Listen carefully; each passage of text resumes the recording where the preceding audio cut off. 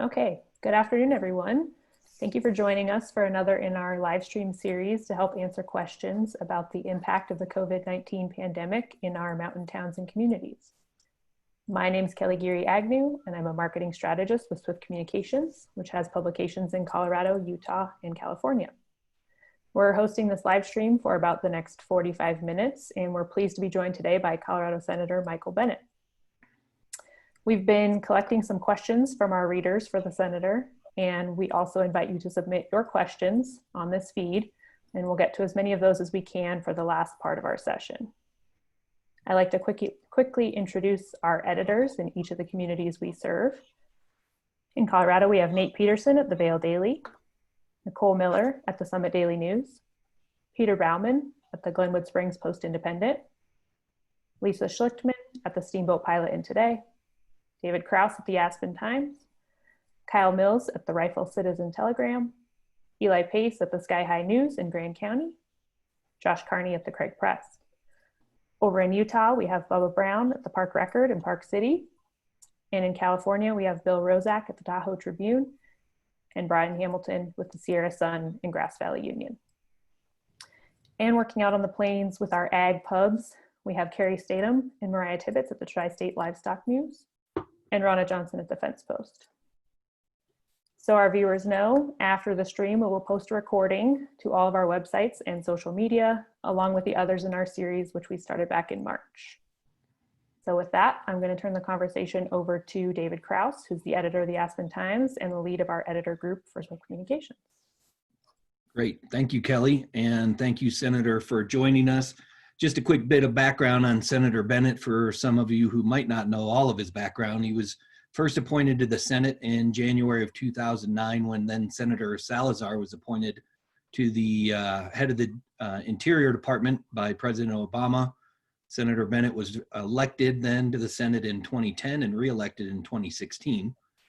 The senator is a graduate of Yale Law School.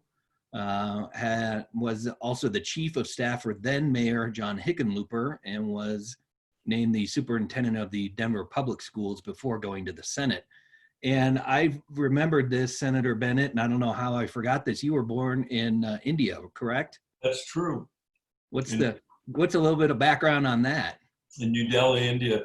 I was born there in 1964 because my dad was working for our embassy there, and my mom was with him, and so I was born there. It's not the greatest political origin story in the world, although when I'm in India, which I occasionally am, people are extremely happy to meet the only United States senator in history to be born in New Delhi.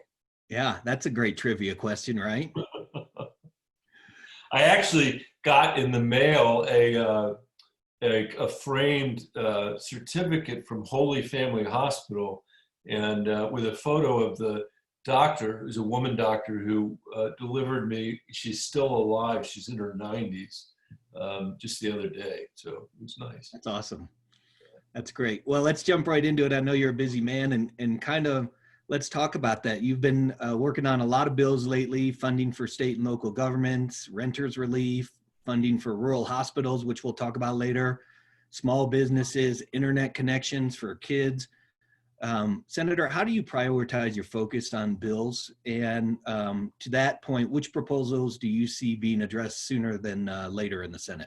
Well, thanks. And first of all, thanks for having me, and everybody who's listening. I'm grateful that you take time out of your day. I hope everybody's keeping themselves well and taking care of their friends and families and making sure we're looking after each other, which we need to do.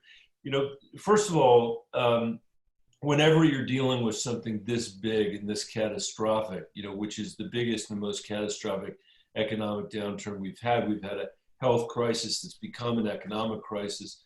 During the downturn in 09, you know, it was an economic crisis that was doing huge damage, but nothing close to what we're seeing today.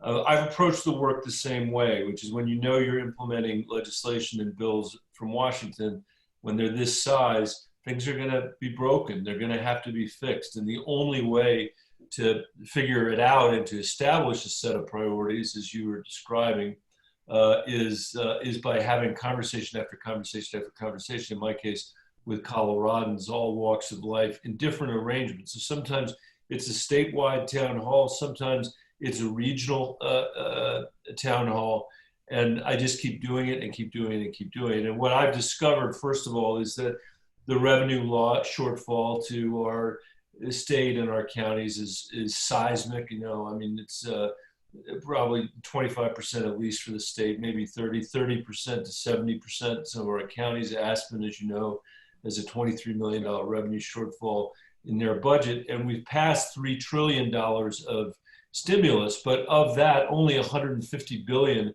is for state and local governments. We have to do much more there.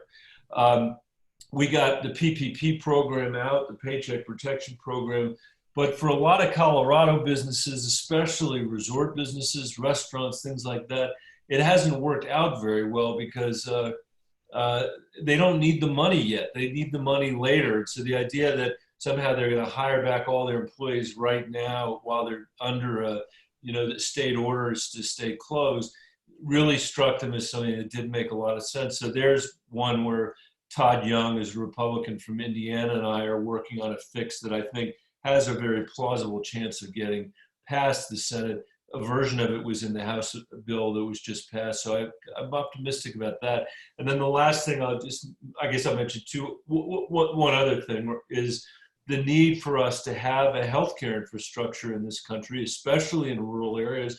Colorado, the estimates of our public health folks is that they were only 40% funded before the pandemic happened. And if we are going to not just reopen the economy, but actually manage the pandemic and keep our economy open, which is what we need to do, we need an infrastructure in place to do the testing and to do the contact tracing and to ultimately do vaccines. And I think that we should have a health force that we fund to do that. They could hire hundreds of thousands of people across this country, give them 90 to 100 hours of training and put them in a decent paying job at a moment of record unemployment to create the infrastructure that we're going to need to stay, not just to open, but to stay open across the country. So those are some of the priorities that I'm working on right now.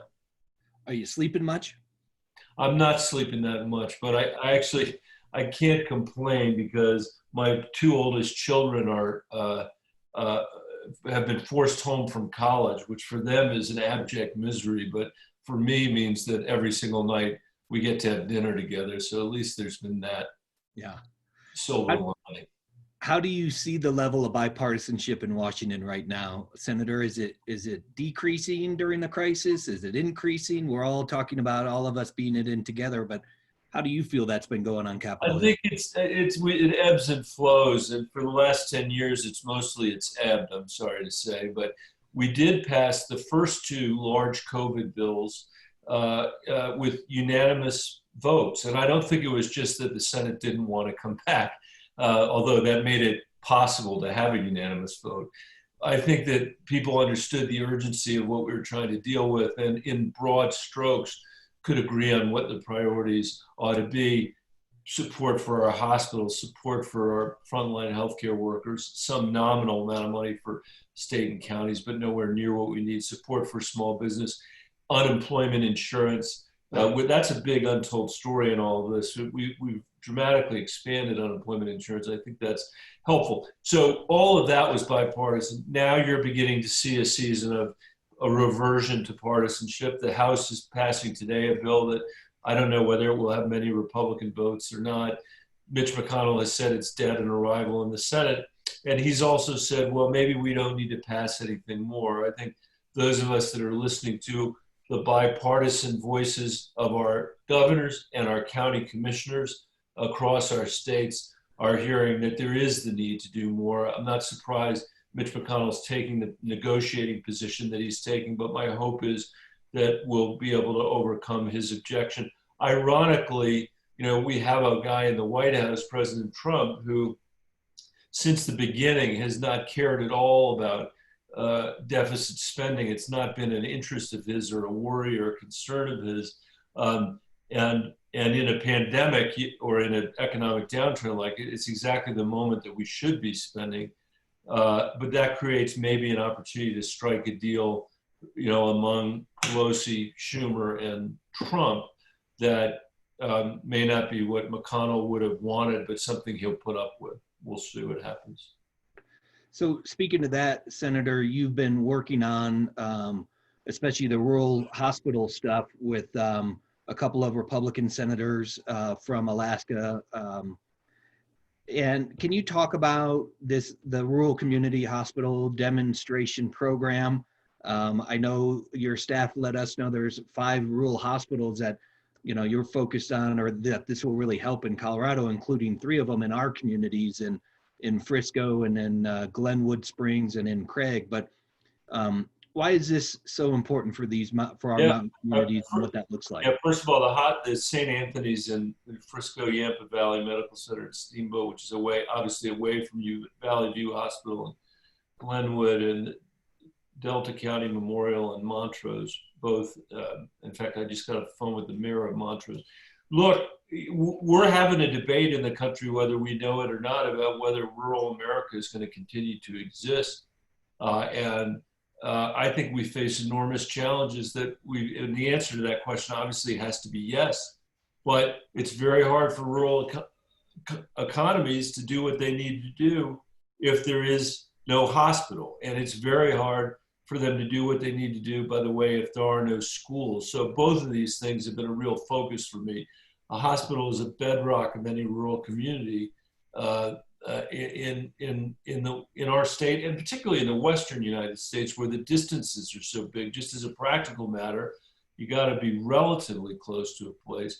And even before we were faced with this crisis, rural hospitals, and especially critical access hospitals and slightly larger hospitals, were facing unbelievable funding challenges, which were increasing the cancellation of elective surgeries and lack of access to masks and gloves and testing. The COVID only made that much, much worse. So at Aspen Valley Hospital, where I've been in touch with, a critical access hospital, at one point estimated a 90% loss in revenue due to closures and lack of elective procedures. Now they have access finally to federal funding, including the CARES Act money and the PPP money, but they're weighing potential structural changes, which we're hearing about everywhere. Actually, last year, interestingly, we had the largest number of rural hospital closures in the history of the country, and this year we're on track to being another record. So we've been working to get that PPP loan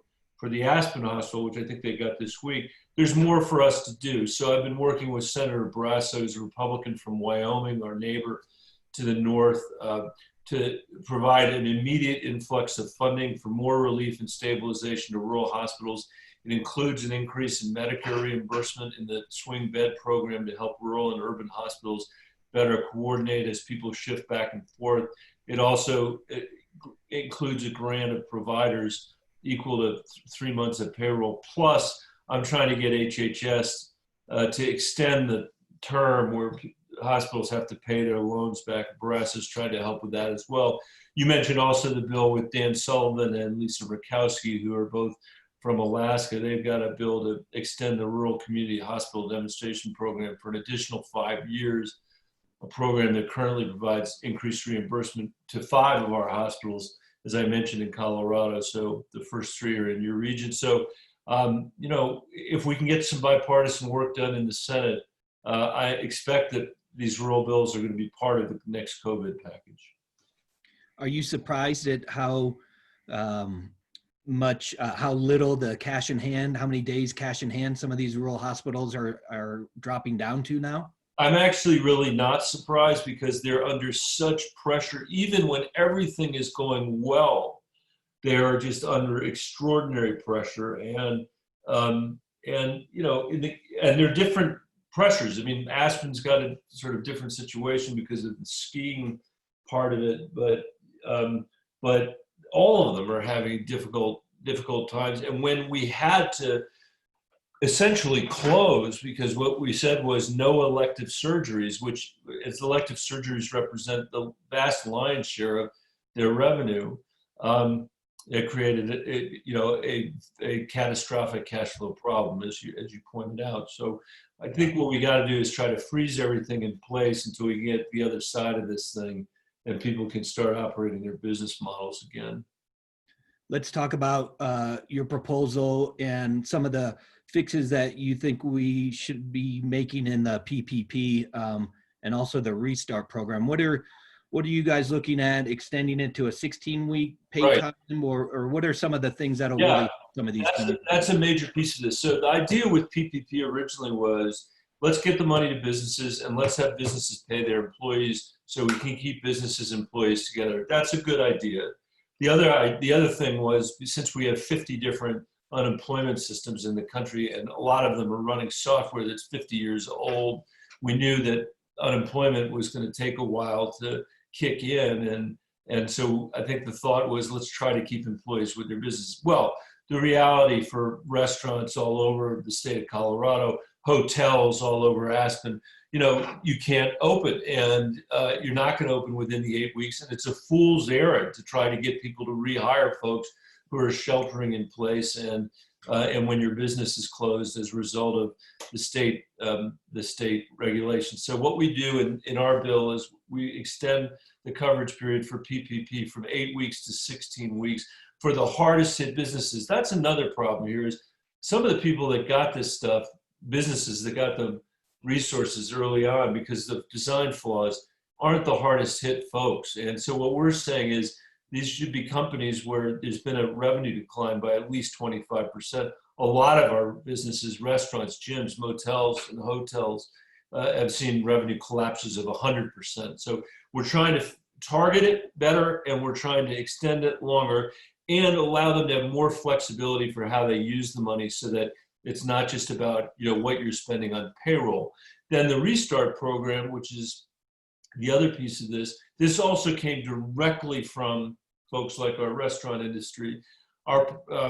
This would help small and medium-sized businesses weather the next 6 months. It would provide much more flexible loans so people can get their businesses going again, with, again, a longer repayment period to help fill in the loss in revenues. The loans have really favorable terms. It's a 7-year loan, no interest due for the first couple of years, and reasonable rates thereafter, with 100% federal guarantee for all businesses that can attest to a significant 25% loss in revenue. And the forgiveness, as I say, is really based on the revenue loss. So, it doesn't surprise me. I don't condemn the people at all that wrote the first versions of this, but we need to improve it based on the real world experience of people in Colorado and across the country. And that's what Senator Young and I are trying to do. And would that, Senator, change, would that grandfather in the people who started getting at the beginning, so they don't have the 8 weeks, now they do have 16, or how does that play? It would grandfather people in, but it also would account for the fact that you got the money earlier if you did. So there's not going to be the ability for folks to double dip. And I don't think people want to do that anyway. I just think people understand we're trying to get it to the hardest hit businesses in a rational way, or as rational way as government can. Yeah, that's a hard word to use in this time right now, right? Rational. We need more of it, that's for sure. Let's talk about education real quick, and then we'll open it up. We're getting a lot of good viewer questions. Great. So education, you spent 4 years as superintendent at DPS in Denver, and you proposed legislation to make sure students all have access to the internet through the E-rate program. How do you see the pandemic changing education in the next year, but also even in the next few years, even with a vaccine? Yeah, I think we're going to be seeing real changes, and it's not going to be an optimal conclusion to put 30 little human beings in the same classroom with one teacher at the front of the room, or have passing periods, like the ones we do. Some urban areas, rural areas may be able to do that, some, but there are real building constraints in a lot of these places. So I think that's going to be a short-term issue. A longer-term issue, and something I hope we can be optimistic about, is the use of technology, in K-12 education, not as a replacement for what we have, but as something to enhance it, and for higher education as well, where we're seeing this disruption cause people maybe some more imagination about how we deliver these things.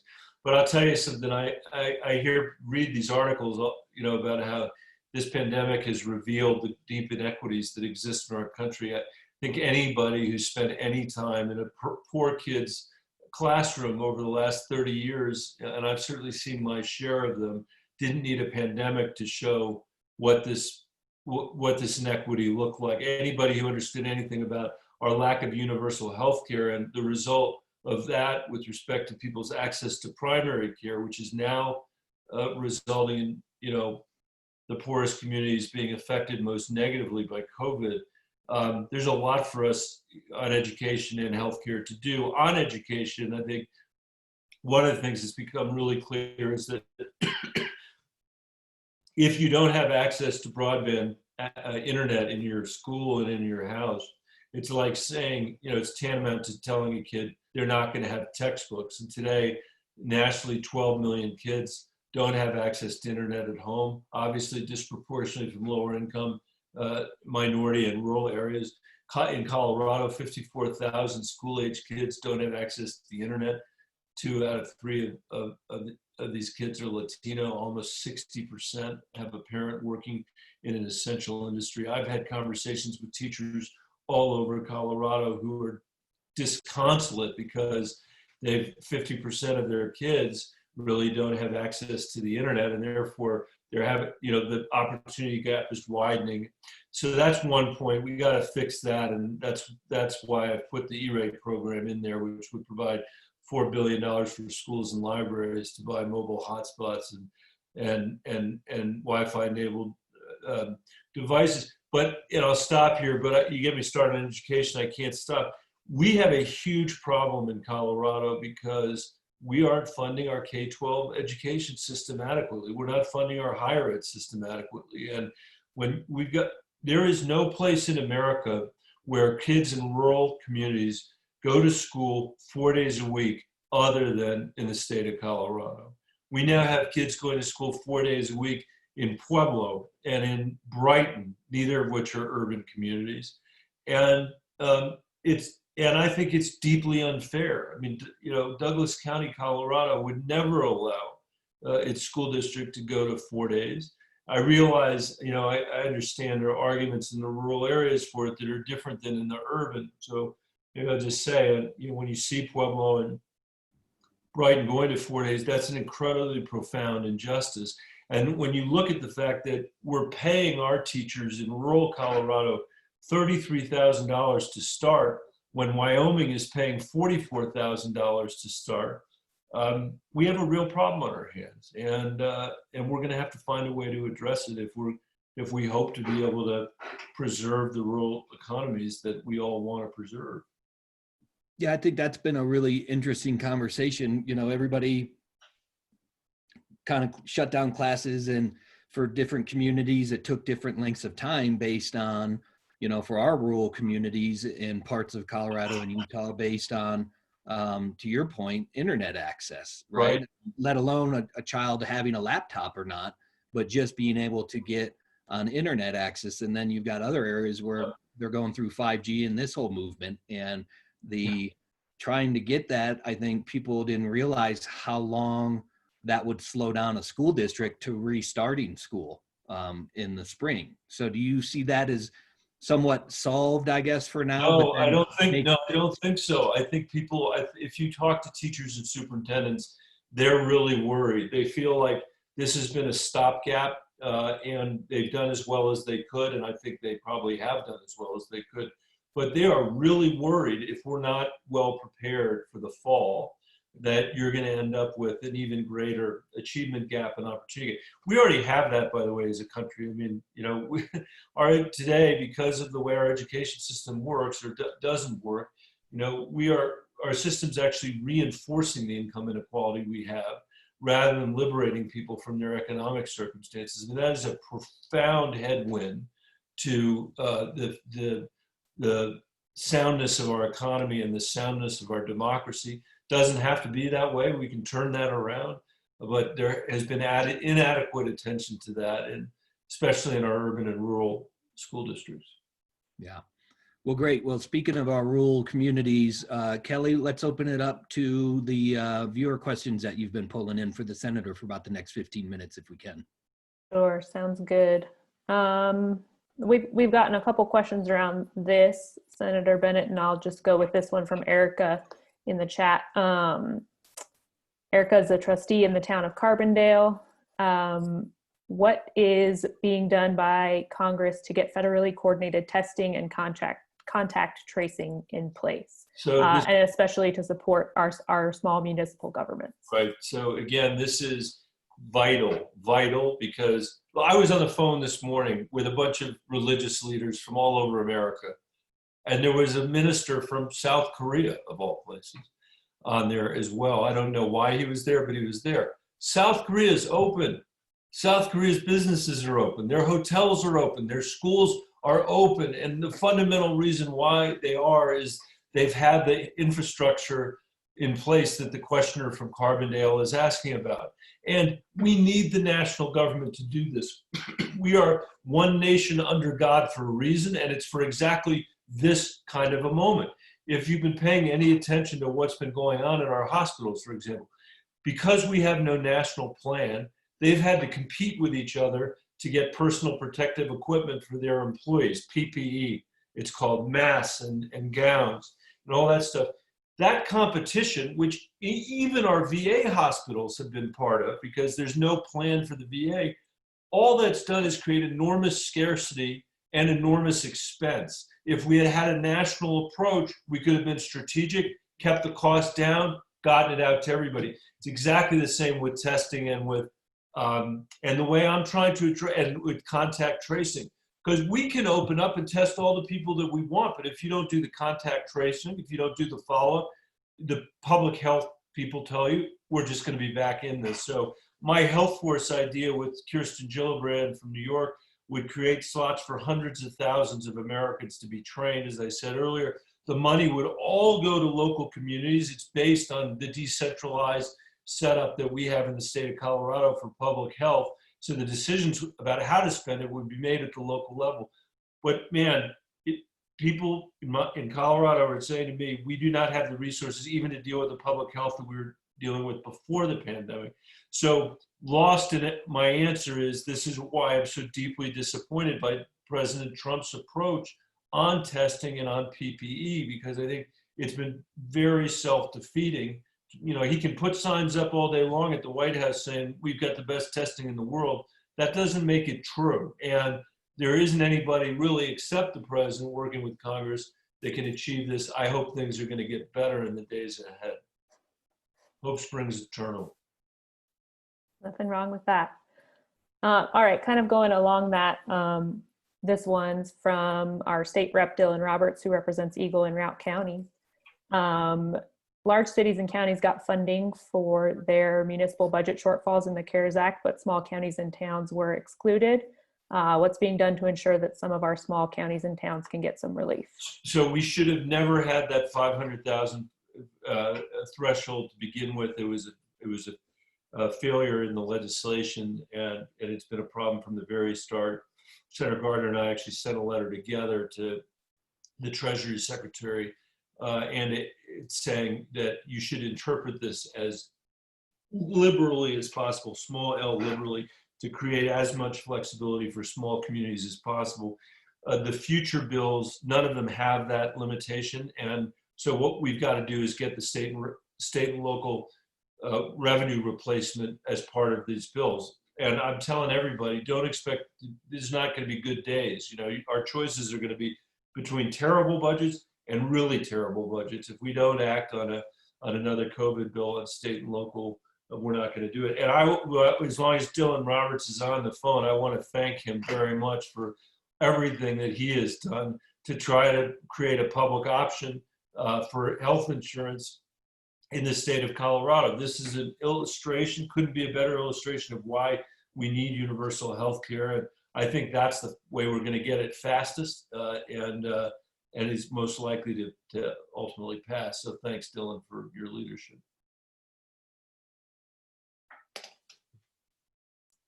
We got a couple questions around this same topic. Unemployment assistance is important. However, a national figure said 40% of people are making more money with the additional funding of $600 a week on employment than they did at their job. now that businesses are starting to open back up, there's no incentive for employees to come back to work. So how can that be handled? What can be done to address We that? definitely can handle it. We definitely have to. I think the 40% number is higher than reality, but that doesn't matter. You don't want a single person to be disincentivized from going back to work as long as they're not sick and as long as there's a job waiting for them. So I think we have to do two things here. Right now, the way this unemployment is set up is that, first of all, you've got that disincentive issue, which we need to deal with. And second, it ends on a date certain. Instead of doing two rational things, which would be extending the availability of unemployment insurance until the economy starts to improve. There's no reason to cut it off prematurely. If we've got 33 million people that are unemployed today, and a month from now we have 23 million unemployed, we're still going to need it. And it doesn't make sense to me for us to have that cutoff. But at the same time we do that, we have got to ratchet it down so the amount is not creating that disincentive. And the bill that I have with Senator Jack Reed from Rhode Island would do both of those things. And that's a perfect example of feedback that I've gotten from calls like this across Colorado that's changed the work that we're trying to do. Sure, got it. Shifting gears a little bit back to education here. This one's from Judy. I would like to ask about what, if anything, is planned to help our young adults, college-age kids especially. We're not included in the stimulus, but are over age 17, have lost their summer jobs and recently graduated college and face a very uncertain job market. So my initial proposal on this, because it partly, I'm trying to figure out where to start. My initial proposal on these direct payments was to give everybody in America $2,000. Ultimately, it was $1,200, including people in the population that you described, and they've been excluded. And I think fundamental fairness would suggest that they should have been included. Obviously, with income thresholds, we don't want people getting the money that don't need it, but that's the way the systems are designed to begin with. Now that the unemployment's in place, hopefully that can be a help.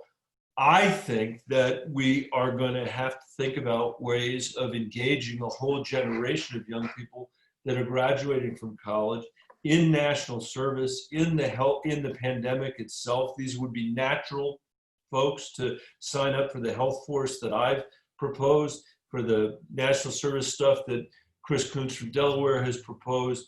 And I would say overall, we have to start investing again in our human capital, and that means our young people. We really haven't done that since Ronald Reagan was president. We've cut our investment in the next generation of Americans by almost 40% over that period of time. And I think on the back end of this pandemic, we got to start investing in our people again and our physical infrastructure as well. Sure, makes sense. We got several questions kind of around this. I'll go with this one from Karen that just came through. What's the best way to regulate tourism in the mountain communities, and also reopen hospitality is really important for a lot of the places where we are? The overarching thing is making sure that we've got the healthcare infrastructure in place that I mentioned earlier so that we can deal with the testing and the other stuff. We have to decide whether we're going to continue to be managed by the virus or whether we're going to manage the virus. And I think we can manage this virus if we have the infrastructure in place. I won't repeat the stuff that I said earlier, but I think that's particularly important for resort communities. When you see festivals being canceled, if you live in a place like Silverton, which is, where you've got to make your 12-month nut in 4 months, it becomes really important that you're not closed during that 4 months and that that you're open. But I have heard people in resort communities say, we're worried about opening up the public lands. We're worried about, people from the city coming with COVID. And again, the way we're going to get through that is by having the testing and contact tracing. And I would finally say we're going to have an incredibly dynamic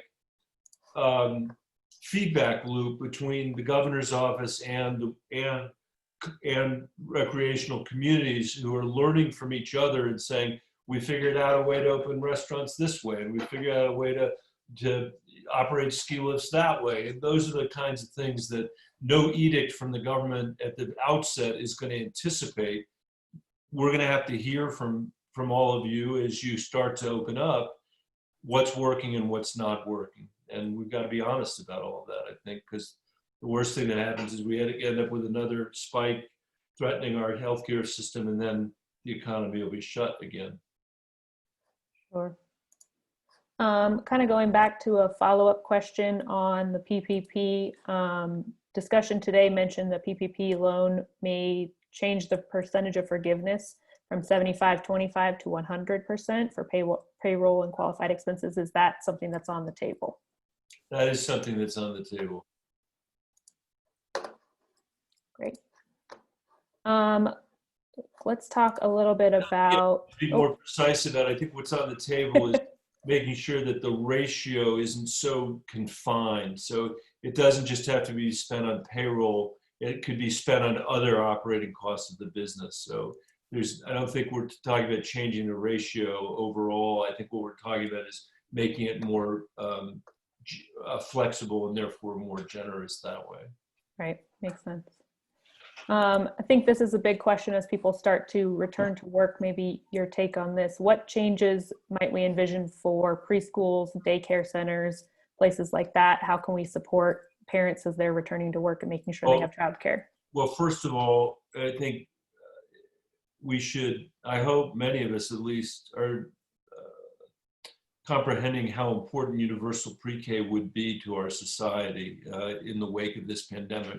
I mean, one of the very first things that we had to do was figure out how to give people the opportunity to pay for preschool who are the folks on the front lines of the healthcare battle. Well, the people every day who are having to make decisions about what to do with kids, or whether to leave them at home or not work because we don't have a system of preschool in the country, and of course many other industrialized countries in the world do. So I'd say that's a broad policy direction that we should be heading. In the meantime, we have a massive problem because we are paying people in our facilities less money than people make at places like Dairy Queen. Literally, I'm not making it up. And it's hard to keep somebody, teaching our youngest kids when that's the economic circumstances they find themselves in. At the same time, and this is a great irony of our early childhood system, at the same time, the places cost too much for people to afford it comfortably. So I remember when I was running for re-election in 2016, I was in Rifle, Colorado, and I was at an early childhood center there. They were really happy to have it because they had to drive to Glenwood before, so it was there. But one of the moms said, I work so I can have insurance, health insurance, and every single dollar that I make goes to this early childhood center so I can work. And that's the triangle that so many Coloradans are captured in. And we've got to figure out how to at the same time pay people in these centers and reduce the costs. And that is going to be a real challenge. We're going to have to do this in partnership with every level of government because nobody's going to be able to figure out how to do it on their own. Sure, absolutely. We've got a couple more questions here. Thank you. This is great info. I think we're getting a lot of our questions answered from our communities, so we appreciate it. This one's from Rick, and I think that this is something that people are wondering about with seeing these huge stimulus bills rolling out. How do we envision that the CARES Act will actually be paid for and maybe the next round of stimulus bills? I'm so happy that you asked this question, Rick.